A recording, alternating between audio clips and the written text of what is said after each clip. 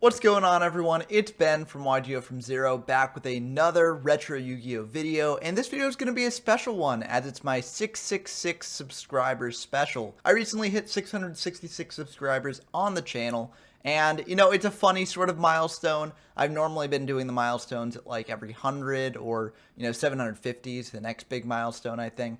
But this is a fun enough milestone that I figured I'd make a video that's kind of themed around it. Thank you to the Discord user Soul in the YGO from Zero Discord. Link to that Discord will be in the description down below if you want to join it. But they actually recommended this idea, and I thought it was too fun to pass up. So for the 666 subscriber special, we are going to be playing the spookiest deck in Android format, Destiny board. Now this deck is pretty bad, but it is an interesting alt-win con, and it's also an iconic anime deck, so I felt like I had to show it off even though it's pretty unviable. But before we dive into that, to make our special even more special, we've got a breakdown of the recent Android tournament. So if you don't know, in my Discord, we hold monthly tournaments in all these retro formats, and this past month's tournament was in Android. And that makes sense given what I've been covering on the channel recently, but it was a really fun event. We had 20 players, which is a pretty good turnout for these sorts of things. And it was double elimination, and it was a real blast. If you're interested in seeing the finals with commentary, I did live stream them, so you can check those out. But the tournament as a whole was very neat as well, with some surprising decks doing pretty well. So first, before diving into those decks themselves, let's discuss the deck type representation. Now, of course, as expected, the top deck in this format is Tomato Control or Beast Spellcaster, so that saw the most play at 12 people out of 20. But there were a variety of other decks seeing play as well. Fiend, which I assume is Dark Necrofear based. We've got Water Beat, we've got Soul Control, Rat Toolbox, Earth Beat, Ladybug Control, and Equip Aggro. And so it's cool seeing all these different decks being brought to the table, even if they all didn't really convert to Top Cut. But one of these jank decks actually did, which is very exciting to see. That deck being Equip Aggro, piloted by Yami Chaotico, and this deck is pretty cool. So they're basically trying to get in big OTK pushes with things like Hayabusa Knight and Equips, as well as Megamorph with things like Dark Elf and Jiraigumo. And after the tournament, they actually said, they'd probably cut the Jiraigumos in the future as just too risky to cut your life points down by half in a format as explosive like this.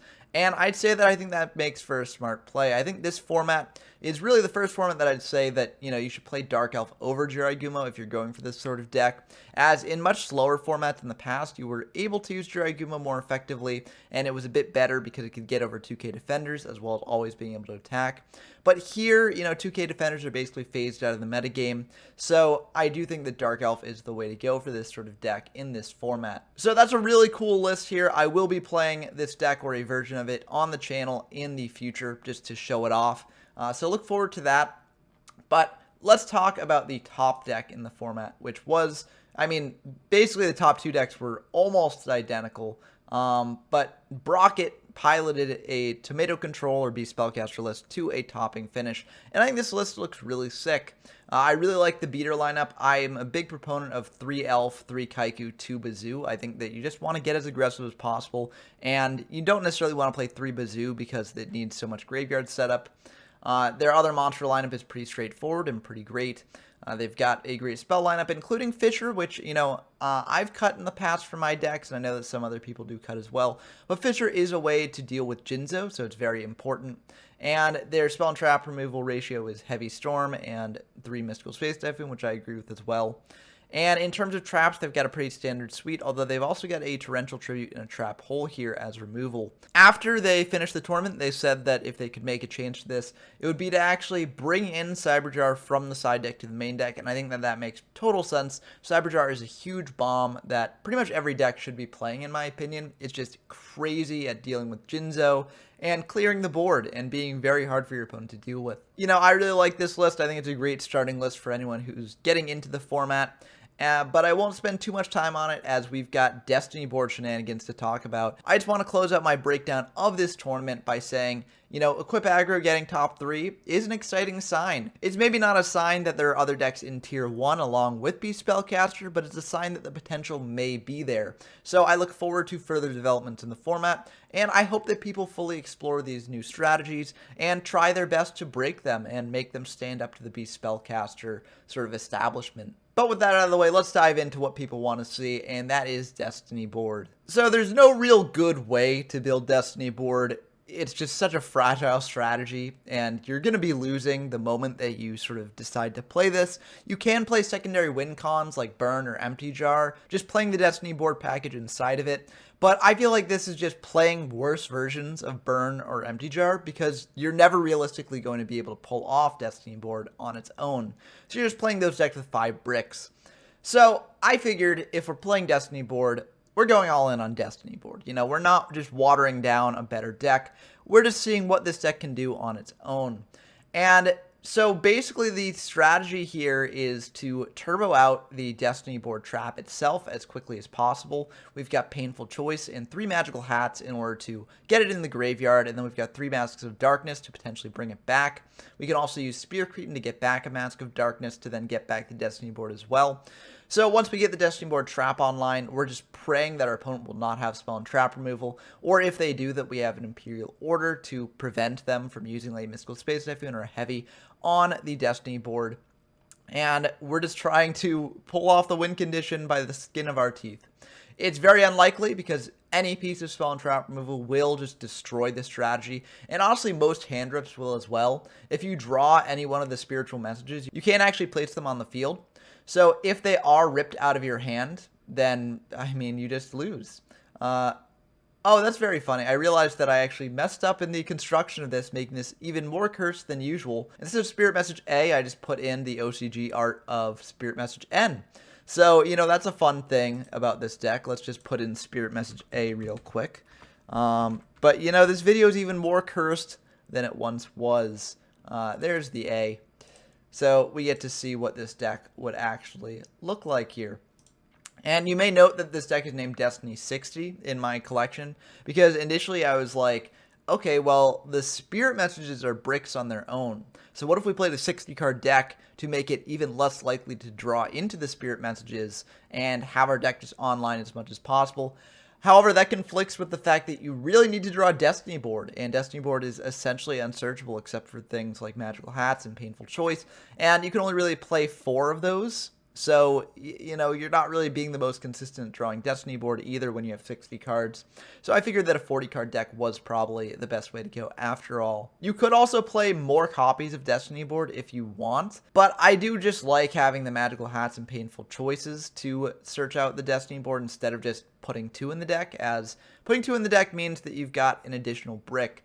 So I don't really want to go that route. You can do it if you want, but you know, I don't really think it helps the deck too much in having multiple copies of this, and I really don't think if you are going for multiple copies that you include multiple copies of the Spirit Messages. I mean, I get why you do that, so that way if your first Destiny board is destroyed, you can go for a second, but that's just, these cards are really bad on their own, and, you know, having an additional Destiny board does not justify the inclusion of more of them. For our other cards here, we've got just a very stally lineup.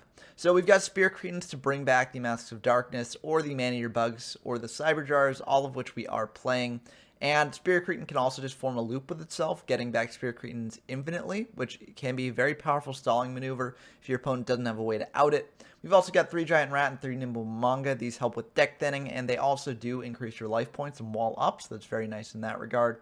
We've also got a Sangan and Witch of Black Forest to search out any of these monsters that we may wish to see. For the spells, we're not playing all the power spells like most decks would.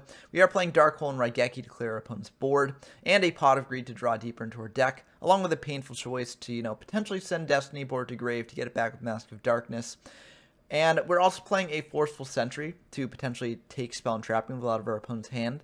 But that's going to be it for the power spells. We don't really have the space to fit in the other ones, and they're not really as useful for this strategy as they would be in other decks. So we chose not to play them. We're playing Sword of Revealing Light as a very powerful stalling tool that does expire after 3 turns, so you are able to play this early once you've got Destiny board up and not worry about clogging up the zone later on. We've also got an Upstart Goblin, which, you know, we're not trying to win through life points, we just want the consistency here. For the traps, we've got traps that for the most part can just be gotten rid of once you get Destiny board on field. So we've got Imperial Order, Jars of Greed, Magical Hats, and Waboku. We're not playing things like Mirror Force or Solemn Judgment or like, because your opponent can just play around that once you've got Destiny board up and you're waiting on that last zone to be gone. Your opponent can just wait. and not do anything, and you can't really beat them. So I don't really think they're the best. But Magical Hats is the one card that we can't just activate immediately to get out of our spell and trap zone, so we do have to play around that a little bit. I do think that being able to send the Destiny board to grave and have access to it more easily is worth including these though, and it does help you wall up and deck thin, so it's pretty nice in that regard as well. And for the other traps, we got Jars of Greed and Wobokus, both of which are fine to get off of the Mask of Darkness. These Jars of Greed also make your deck a bit more consistent at drawing the Destiny board, and you can just use Woboku anytime as a defensive option, or just to clear up that back row. So I think that these are very good. For the side deck, we've got like a hodgepodge here in case you want to vary the strategy just slightly. Realistically, you're losing games 2 and 3 because your opponent's going to decide to spell and trap removal. But, these are just sort of a different way to play the deck.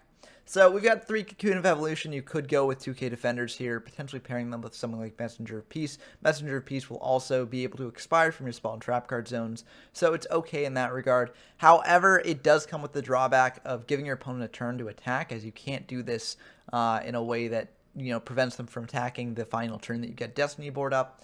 So it is a bit iffy. Imperial Order suffers from the same difficulty, but Imperial Order is so crazy strong that, it's kind of worth playing anyways. But that is the main reason why I didn't really want to go the Messenger of Peace route, even though it could potentially be an option that you do for this deck.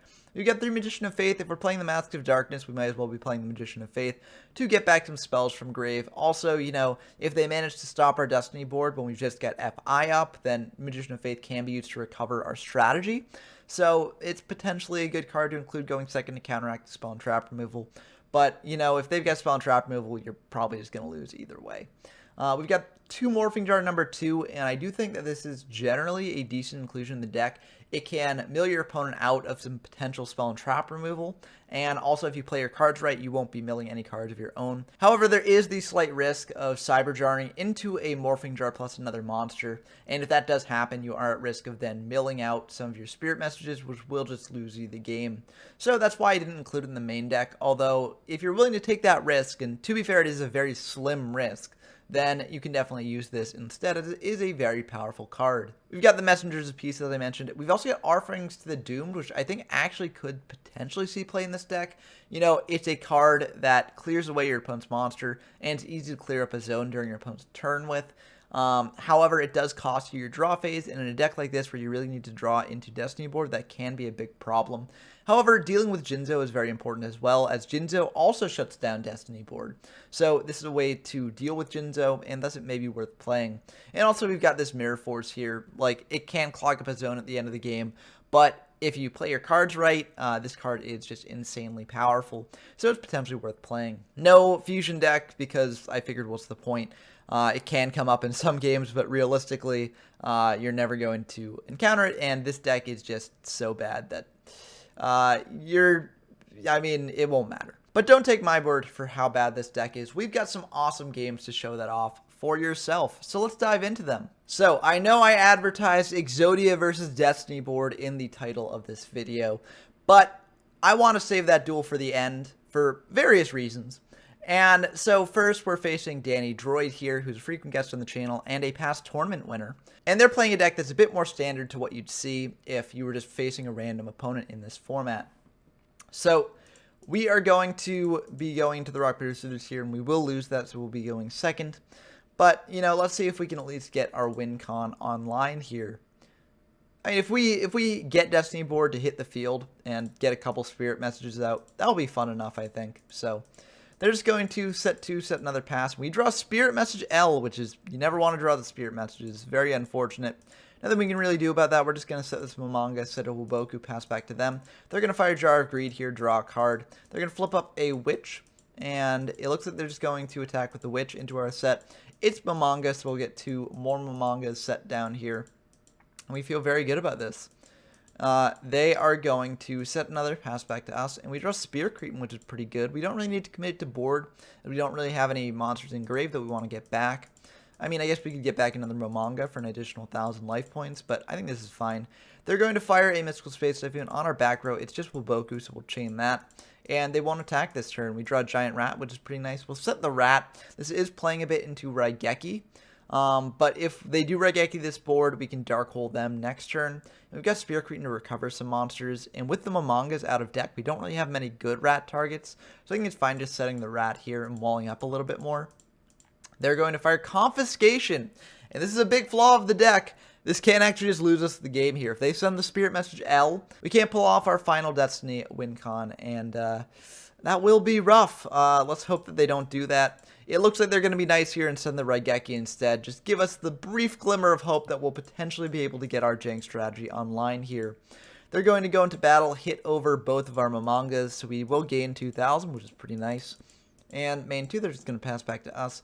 We draw Man-Eater Bug, set the bug, pass back to them. And they're just going to attack into the bug. We are just going to pop the giant rat, as that doesn't get them a search afterwards. And they're going to attack into the rat with the witch and take 350. We draw Sword of Revealing Light, which isn't bad. We'll set that. If it baits out spell and trap removal, that's honestly fine, because it would have baited out spell and trap removal either way. So I think this is ultimately okay. They're going to bring out a Gemini Elf here. And they're going to hit over the rat. That's fine by us. We'll be able to get out another rat. And it is a bit worrying if they crash their witch into our rat to get a search here.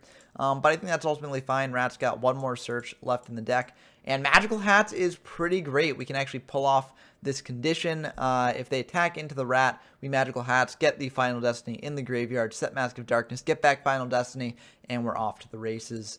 So I feel very good about this. The deck might be pulling off its win con after all. They're going to fire Change of Heart, though, which is very unfortunate. And then they're going to tribute off the rat for a Jinzo. And that's really bad for us. They're going to bring out a Rock Spirit as well. So they're not playing like the standard Beast Spellcaster deck. They're playing like an Earthbeat variant, it seems like. And this is very interesting. They're going to attack in for a ton of damage here.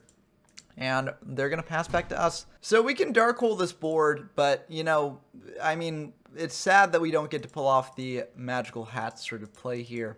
We're still going to go for the Dark Hole either way. They'll be able to get a search here. They're going to grab a Kaiku, which could make our Mask of Darkness play a little bit worse, which is very unfortunate. We're still going to set the Mask of Darkness. We don't want to necessarily telegraph that we've got the Magical Hats play plus a Mask of Darkness set up. We can always Spear Cretin back the Mask of Darkness later. However, they're not going to attack. They're just going to set one. We'll set our Man-Eater Bug, pass back to them. They've got Raigeki, which is very unfortunate. They're going to flip up a giant rat here, get in for 1,400, and we're going to take that. And they'll pass back to us. We've got Jar of Greed, which is okay. We'll set this Cyber Jar and pass back to them. They're going to fire Duo. We're going to fire a Jar of Greed here to potentially draw another card, so that way they won't hit the Spirit Message. They're going to roll the dice to pick which one they're going to pick. And they pick the Spirit Message L. So, I mean, bye-bye Final Destiny. I mean, there's no real way to actually pull off the Destiny board. Win condition, and we are just going to lose. I mean, we're going to Magical Hats here. We can't actually bring out the Spirit Message I, but it doesn't matter. The game is pretty much over. Because there's nothing we can really do to turn on our win con back online. I mean, maybe we could get lucky and deal enough damage to them to win. They are at 5650, so it's not impossible. We draw Imperial Order. We're just going to set that pass back to them. They're going to attack in with the Kaiku into the Cyber Jar. And we are going to get 5 okay ones, but they're going to get a lot of monsters here, and that should just be enough to win the game, as neither of these really stop their monsters.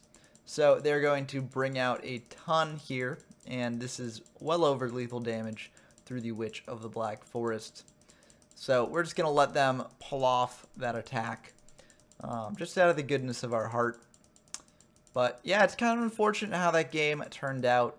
And so, you know, by the end of that game, we had both lost access to our win con, which will happen most games, and also we just got overwhelmed. We managed to get up to 11,000 life points, but our opponent was easily able to dismantle that over the course of a couple turns. So I really do think that that game shows how weak this deck can be. This deck is not a good deck, but it is kind of funny to play and to just try and get your win con off. So we're going to go into game 2 here, and we are going to go first. And we draw another... Oh, wow, we draw 2 Spirit Messages. That's great. We're going to fire a Forceful Sentry, see what they've got in their hand. They've got a bunch of monsters and then a Confiscation. We can't let them have the Confiscation because they can just snipe a Spirit Message out of our hand and we'll lose the game. So we'll send that back. And they are going, and then we're just going to set the Giant Rat and Waboku there and pass back to them. They're going to bring out a Gemini Elf and hit in to our Rat. The Rat's going to bring out another Rat. We could have brought out a Momonga, but I figured this is more deck thinning. And we really need to get the Destiny board online real quick. We're going to switch the Giant Rat's defense, summon out Bazoo, and they're going to attack into the Rat. We're going to bring out another Rat here. And they're going to attack into that Rat, and we're going to bring out a Momonga. And I feel pretty good about this. We're walled up quite a bit, and we've got Dark Hole for later. We're going to switch the Momonga to defense, set a Jar of Greed, and pass back to them. And they're going to set one, attack into the Momonga. We'll be able to get out 2 more Momongas here. And they're going to attack into the other Momonga. So we're going to gain another 1,000. And then the end phase, we're just going to fire this Jar of Greed to try and get that Destiny board online. Unfortunately, we just draw another Spirit Message. So we got 3 of those. Yay. We draw Upstart Goblin, so we're going to fire that. Draw another card. We draw another Waboku, which, you know, is okay for later, I guess. We don't really need to use it yet. They're going to hit in to our Momonga here. We're going to gain 1,000. We could potentially use Waboku here to prevent the Gemini Elf. But, I mean, I figure we can take 1,900. That's fine. But, although we draw another Waboku, so maybe we should have actually used it. We're going to Dark Hole the board, pass back to them. They've got a Kaiku here. They're going to attack in for 1,800. And we've got, I mean, we could just let this go through. But we are just going to fire the Waboku either way. This puts a trap engrave for our Mask of Darkness, so I think it's fine. We're going to set the Mask of Darkness, set another Waboku, pass back to them. They've got Nobleman of Crossout, though, and that will put a major damper on our Destiny board plans because, you know, now we can't get back Destiny board from the graveyard. So our Magical Hats are basically dead, although they can help us deck thin a little bit. Our Painful Choice can't help us get to Destiny board either way. So, you know, it's kind of unfortunate. We're just kind of really struggling here. We'd really like to draw the Destiny board here. Jar of Greed is okay. We're going to set 3, pass back to them. And we're going to fire this Jar of Greed in the standby phase because we do know they've got a Jinzo and they could easily summon that out. So we want to get the draw while we can. Looks like they're not going to go for that Jinzo play though. They're just going to summon out Momonga. We're going to grab another Momonga. They're going to grab a Gemini Elf. They're going to attack in to our Momonga. We'll gain 1,000. They're going to attack with Sangam. We'll lose 1,000. Then they're going to attack in for another 1,900. And they'll pass back to us. We draw the 4th Spirit Message. This is great. This is basically Exodia, I guess. Although it doesn't activate in hand. So this is just going to be terrible. We set the Bug, which is our only play. And we'll pop the Gemini Elf to save ourselves from a little bit more damage. We'll take 2,000. They'll pass back to us. We draw Sangam. We'll set that. Pass back to them. They're going to fire Pot of Greed here, draw 2, and they probably will be able to finish this off. They're going to fire a Change of Heart, and we're going to chain a Waboku to that, as if they tribute over the Sangan for Jinzo, we just lose the game at that point. So we got to fire the Waboku now, and they are indeed going to tribute over the Sangan for the Jinzo. We're going to search out a Cyber Jar, and I feel pretty decent about that. We get a Spear Cretin, which is pretty nice. We're going to set this Cyber Jar, pass back to them, because we do need to clear the Jinzo. They've got Painful Choice, which is very unfortunate. They're going to send Dark Hole, Raigeki, Knock, Confiscation, and Forceful Sentry. I think we do need to give them the Forceful Sentry. That's the only thing here that doesn't just lose us the game on the spot. So we're going to give that to them, and they're going to be able to send a card back to deck. They're going to send the Spirit Message A, which, I mean, I think they should have spent the Spirit Cretin, as the Spirit Messages are useless in hand. But we're not going to complain about that. I mean, if they can get that out of our hand, we're perfectly fine with it. And hopefully we'll be able to draw into Destiny board here. Unfortunately, we don't. We draw the Spirit Message A again, which is nice. Or I guess the Spirit Message N that looks like an A. So we've got all 4 Spirit Messages back in hand. Whippy. And we've got some decent monsters to bring out onto the field. Magical Hats is kind of dead at this point, but I guess we can deck thin with it a bit. But interestingly enough, we're kind of at the point where we're at risk of decking out even if we do set up our Destiny board win con. Because Destiny board takes a couple turns to actually activate. So, like, you know, if we draw Destiny board with like 4 cards in deck, I think we're potentially losing the game there. So they get back their monsters, we get ours. They're going to hit into the Witch. We're going to grab the last target in deck, which is a Man-Eater Bug. They're going to hit in to our Spear Cretin here. We're going to get back another Spear Cretin. I guess we could have gotten, like, a Cyber Jar, potentially, and that would have been fine. But we've got the Loop on lock, so we figure we might as well just go into that. And also, if we did get Cyber Jarred, again, I think that would have cost us the game, as we'd be at 4 cards in deck after that. We draw for turn, and that gives us only 3 turns, which isn't really enough to actually get all these Spirit Messages onto the board, I don't think. Let's see. So the first time we activate, we get an Eye Out. Next turn, so that's 1 turn after that. And then we get the N out. Another turn after that, we get the A out. And another turn after that, we get the L out. So I guess we would have enough, just barely. We'd be at no cards left in deck, but it would be enough to actually pull off the win con. I don't think it was the smart thing to do, though, and so I didn't do it. We just got to hope that we get the Destiny board in the upcoming cards. We're going to set this Magical Hats and sort of in, like, kind of as bluffs. We've got the Spear Cretin loop set up, so we don't really need to worry about that. They can't actually fire Jar of Greed here because they've got Jinzo on field, and that is reciprocal. They're going to think about exactly what to do here, then they're going to fire a Heavy Storm, clearing away the board. They're going to hit in to our Spear Cretin. We're just going to get back that Spear Cretin, as at this point, if we do Cyber Jar, we do lose the game. They're going to hit into the Man-Eater Bug. We're going to pop that Jinzo. They could hit into our Spear Cretin again with one of their other monsters, bring back the Jinzo, but they don't do that, and we get Raigeki, which is a pretty decent card. We're going to set another Spear Cretin, pass back to them. And they're going to hit into our Spear Cretin. We're going to get back another Spear Cretin. They are going to bring back the Jinzo. And this isn't looking good for us. We draw another Magical Hats. We cannot draw this Destiny board, so that's very unfortunate. We get back another Spear Cretin. They're going to pass back to us. We draw a Pot of Greed. We're going to Pot of Greed. Draw 2 ways to get into Destiny board in better conditions, I guess. And unfortunately, we draw Destiny board now, but with Jinzo on field and not enough turns to actually pull off the win condition, we can't actually do anything about that. So we're going to fire this Raigeki here. Hope that they don't have another monster in hand, but which will guarantee that they will. So it's kind of unfortunate here. They've got the Call of the Haunted anyway for the Jinzo, so this won't matter. We'll set the Destiny board. They're going to fire a Mystical Space Typhoon on our Painful Choice. They're going to bring out the Rock Spirit, bring out another Rock Spirit, and they're just going to get hidden in here. They're going to bring out Amazoness Archer, which could potentially burn us out. They're going to tribute off their 2 Rock Spirits for 1,400 or 1,200. Yeah, 1,200. They're going to pass back to us. If they actually kept attacking to the Spear Cretins, they could get enough material on board, I think, to potentially win the game. No, it'd just be 2,400. So not quite, but they can do it pretty soon. So we're going to think about exactly what to do here. We're going to flip up this Man-Eater Bug, crash into their Amazoness Archer, taking 950. And then we're going to fire a Destiny board. Just have it up, you know. You might as well have it up, even though we can't win with this no matter what. They fired a Delinquent Duo. They're going to hit a Spirit Message out of our hand no matter what. It doesn't matter at this point. We're just going to draw, so that way we have a last card in our deck in our hand. Pure Lure would have been really nice, you know, at some point in the game, but unfortunately it was the last card in our deck. And this will just be the end of the game, as next turn we do just deck out. So, you know, it does not matter in the slightest. They're going to hit into Cyber Jar. Doesn't matter either way.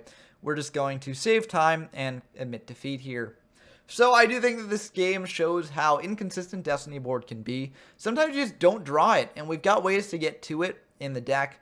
The Magical Hats, the Painful Choice, but we just didn't draw into them. And this is potential reasoning for playing an additional Destiny board in the deck. I think that's really bad, though, as, you know, it breaks you up even further. And we've already got, like, 5 copies of Destiny board if you count the Hats and the Painful Choice. Yes, they're kind of convoluted, but, you know, they can get access to the Destiny board pretty easily. So I don't think we need an additional copy of Destiny board. Sometimes you just get unlucky, and all those cards are at the bottom of the deck. And also your Mask of Darkness get knocked. But that's how this deck matches up against a more standard deck. I mean, Earthbeat isn't really a standard deck, but it's an aggressive deck, which is what this deck is prepared to beat. Let's show off what you've all been waiting for, though, which is this matchup against Exodia, which is a deck that this deck really isn't prepared to beat. Okay, we've got a game against Exodia. History of YGO 1 is playing it. We're playing the Destiny board deck. And let's see how it goes. We are going to be able to go first here. And we draw a pretty great hand. Magical Hats gives us access to the Destiny board right away, along with that Mask of Darkness and the Spear Cretin. So this is pretty insane. I feel very good about this hand. We're going to set the Mask of Darkness, set a Magical Hats, and pass back to them. They're going to fire a Pot of Greed and draw 2. And you're going to see why I saved this for later, because they're just going to set 2 and pass. And that's pretty much all the Exodia deck has to do against this deck, because the Exodia deck doesn't really want to attack into their opponent's monsters anyways. They're kind of just playing their own game plan. So in this sort of matchup, I mean, we're not going to win, because their win con is also a stall win con, and they take a lot less time to assemble it than we do. So they're going to send some cards with Painful Choice. The fact that they're sending pieces means that they likely have the backup soldier. We've got no way to really stop that. I mean, it doesn't really matter what we give them here. So I think we give them an arm, because they're going to backup soldier anyways. So, like, we might as well give them the piece that does nothing in hand. They're going to Call of the Haunted, bring back a cannon soldier here, and then bring out a piece. They're going to tribute off the piece. And this is just so they can get enough cards in grave to actually go for the backup soldier play. They're going to set 2, pass back to us. And in the standby phase, they're going to fire off a backup soldier. And they're going to get additional pieces to hand here. So they're going to be able to assemble Exodia far before we can actually set up our Destiny board play here. And, you know, that's just how it goes against this sort of stall matchup. Whichever stall deck can get to its win condition first will manage to win the game. I don't want people to take this as a sign that, oh, Exodia is actually a lot better than you might think because it's able to win against Destiny board. I mean, who knows how that game would have played out against a typical Beast Spellcaster deck, given all the various ways that it can interact with the opponent. So this game should hopefully go a bit better. We drop Pot of Greed, which is very nice. We set a Giant Rat and a Woboku, pass back to them. But we don't have access to Destiny board early, which is quite unfortunate. They're going to bring out a Mystic Tomato, though, hit in to our monster. It's just a Giant Rat. They're going to set 3 and pass back to us. And we've got sort of the dilemma, like, did they side out of Exodia or did they keep Exodia in? And if they kept Exodia in, I think we do have to just go aggressive, because Destiny board is probably not assembling its pieces before Exodia can assemble theirs. However, we can't really get aggressive against this board, so we're just going to set a Witch, set a Jar of Greed, pass back to them. They're going to Jar of Greed for themselves, draw 1, draw another, and then they're going to attack into our set with the Mystic Tomato. We're going to grab a Cyber Jar here, which I think is pretty good. They're going to set 1. We're going to fire this Jar of Greed here. And we draw Upstart Goblin. We're going to fire that. This does sort of prevent us from, you know, damaging them more, which is unfortunate. But it is what we got to do. They're going to fire a Mystical Space Typhoon on our Magical Hat, which is very unfortunate. We would have liked to get the Destiny board in grave early. They're going to fire Card Destruction here, and that's pretty rough for us. Luckily, we didn't have any Spirit Messages or Destiny board in hand, so they weren't really able to hit away any of that. We're going to pop the Mystic Tomato. They'll pass back to us. We draw another Magical Hat. We'll bring out this Sangan here, and we're just going to get aggressive because, you know, they might have sided out of things like Mirror Force or Trencher's Tribute or etc., knowing that we're on a Destiny board strategy. So we're just going to hit in for 2,400. Unfortunately, they did not side out of Mirror Force. We'll still get a Search off the Sangan, so we're going to grab a Giant Rat, which is why I was okay doing this in the first place. We're going to try and fire this Painful here. Unfortunately, they do have an Imperial Order. And they will pay 7 for that. They're going to bring out a Mystic Tomato here. They're going to attack in for 14, which is a bit unfortunate. And then they're going to set 1, pass back to us. We draw Raigeki, which is pretty good, but not really against Imperial Order. We're going to set this Giant Rat. They're going to pay another 7. They're going to set 1, pass back to us. We draw a Man-Eater Bug, which is very good. We're going to set that, pass back to them. They've got a Jar of Greed here. And they're going to draw another. They're going to draw for turn. They're going to fire this Thunder Dragon here. They're going to discard that. Add 2 more Thunder Dragons to hand, and let's see what they do with that. They're going to attack into our set. It's just the Man-Eater Bug, and we'll pop the Tomato there, and then they're just going to pass back to us. We draw a Giant Rat, and we're going to flip with this Giant Rat. We could potentially just leave it at that and attack in for 14, but, you know, we've got to get aggressive here, so we're going to bring out the Giant Rat in our hand. Unfortunately, they do have Torrential Tribute for that, so we won't be able to get in for 2,800. But they are going to keep paying for the order, which we're perfectly fine with. We draw another Spirit Message, so not really that useful. They're going to let the order lapse, fire a Pot of Greed here, draw 2, and then they're going to set 1, pass back to us. We draw a Jar of Greed, which is very nice. We'll set that, pass back to them. And they are going to bring out a Witch of the Black Forest. They'll get in for 1100 here, which is, not the worst for us.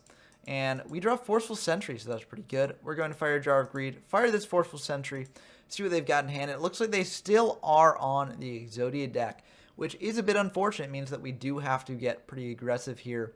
I think we want to send back the leg, just because if we do draw something, or I guess if they draw card destruction or something. No, they used up card destruction. Anyway, if they've got stuff that discards their hand, we want Exodia to be discarded. And so, I mean, I guess we could have sent back the head in case we get Cyberjar to bring out the head off of that. That'd be pretty bad for them. So maybe we should have sent back the head after all, but I think this is fine. Ultimately, it's kind of a niche scenario anyways, so it won't matter. We're going to set this Jar of Greed here. We will take another 11 off the Witch. They'll pass back to us. We draw Destiny Board! That's great. We're going to fire at this Swords of Divine Light, set the Destiny Board, pass back to them. They're going to fire this Monster Reborn here, bringing back a Mystic Tomato. And they're going to pass back to us. But before they do, we're going to fire at this Destiny Board here, get the eye out of our hand, and we're feeling pretty good about this. So we don't really have to do anything here. We just got to hope that they cannot assemble Exodia in any way here. We're going to set this manga, pass back to them. They're going to set another pass back to us. And we will be able to get that N out of our hand as well. We are very close here. We're going to pass back to them.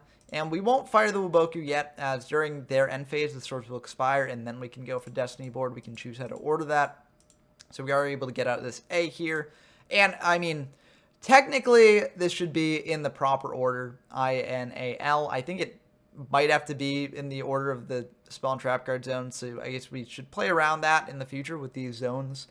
But realistically, I don't think it matters. But we are feeling very good about this. If we can last one more turn, we will just win the game because this Wuboku is here. And I feel very good about that. We're going to set another Momonga because why not?